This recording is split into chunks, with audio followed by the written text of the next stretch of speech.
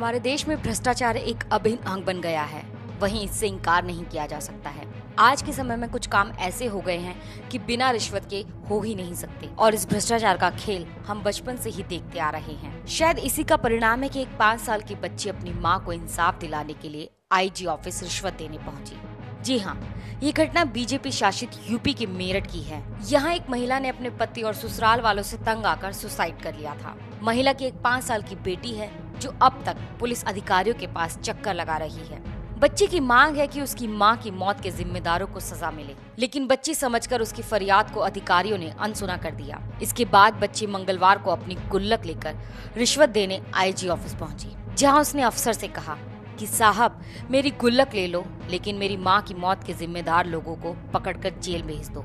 आपको बता दें कि मेरठ की गंगानगर कॉलोनी के आई ब्लॉक के मकान नंबर 323 में रहने वाले शांति स्वरूप शर्मा की बेटी सीमा कौशिक का विवाह कपसाड़ा निवासी संजीव के साथ हुआ था। शादी के बाद एक बेटी मानवी हुई जो अब 5 साल की है। पीड़ित परिजनों के अनुसार सीमा का अपने पति से पिछले 4 साल से विवाद चल रहा था। वह अपनी बेटी मानवी को लेकर अपने पिता के घर में ही रह रही थी। इतना ही नहीं, उसने अपने पति संजीव के खिलाफ कोर्ट में केस दर्ज किया हुआ था। पुलिस और कोर्ट द्वारा जब कोई कार्यवाही नहीं की गई तो उसने 29 अप्रैल 2017 को अपने घर में सुसाइड कर लिया।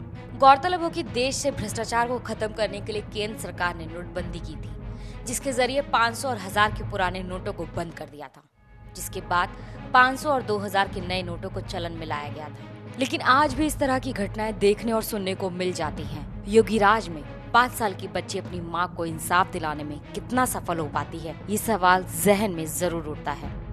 Bureau report, national Dastak.